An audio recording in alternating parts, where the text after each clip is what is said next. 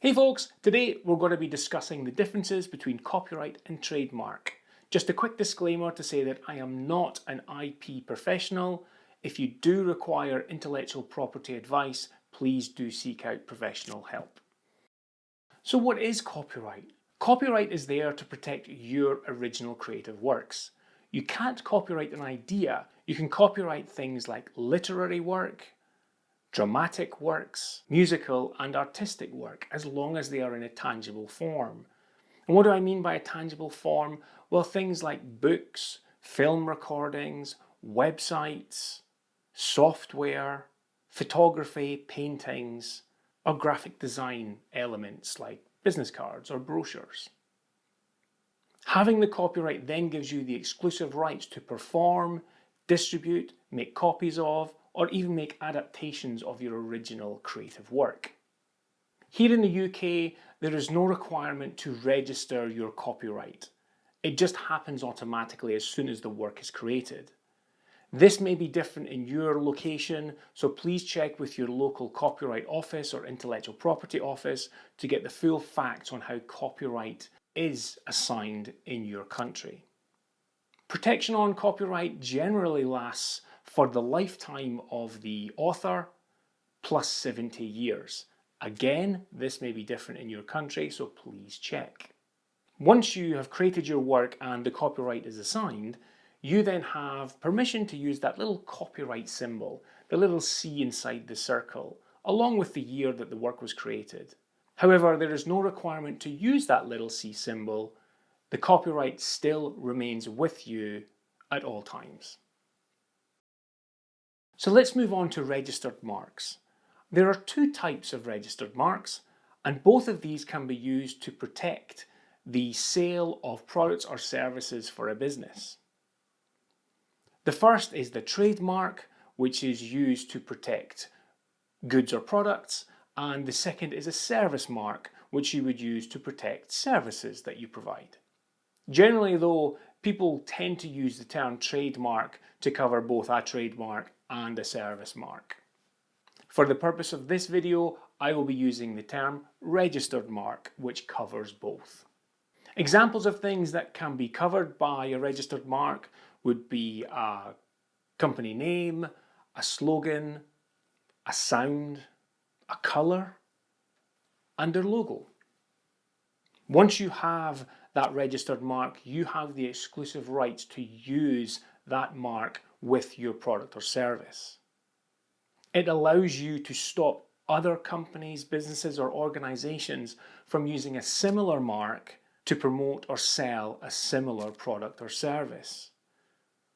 What you can't do is you can't prevent someone from using a similar mark if they are using it to promote or sell a dissimilar product or service.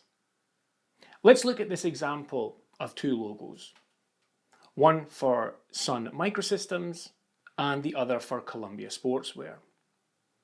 Now visually, these two logos are very similar, especially if they were both in black, for example, and you just had a quick glance at the logos. The reason that both of these similar logos can exist and be registered as marks is that they're in two completely different industries. Sun Microsystems is in software and computing, and Columbia is in sportswear. Two very different industries. Now, however, let's say Sun Microsystems were in the sportswear business as well, then we would have an issue because they would both have similar marks selling or trading similar products. This can't happen. So what would happen here is that the company that had registered their mark first would be able to prevent the second company from registering the mark which is similar to theirs and in a similar industry.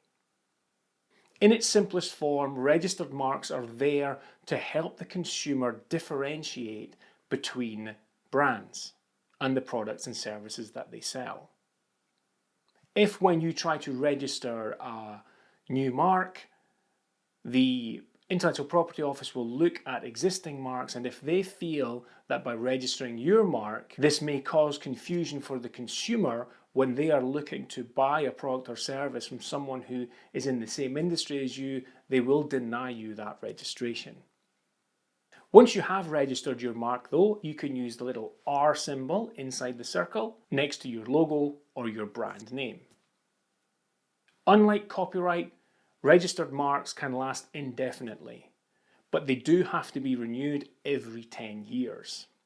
One thing that you cannot do is you cannot register a mark and sit it on a shelf for use at a later date. For a registered mark to be viable, it must be in constant use.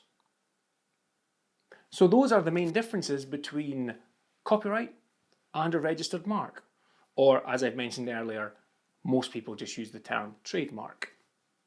I hope this clears up any confusion you may have had in the past about the two terms, and you can move forward safe in the knowledge that you have the correct understanding for both. For more brand and design advice, why not join hundreds of other brand rockers who have signed up to my Rock Your Brand monthly email newsletter? It's absolutely free, and the advice that I give in there will help you to strengthen your brand and stand out from your competition. Head on over to rockyourbrand.co.uk and sign up. Until I see you next time, folks, stay creative.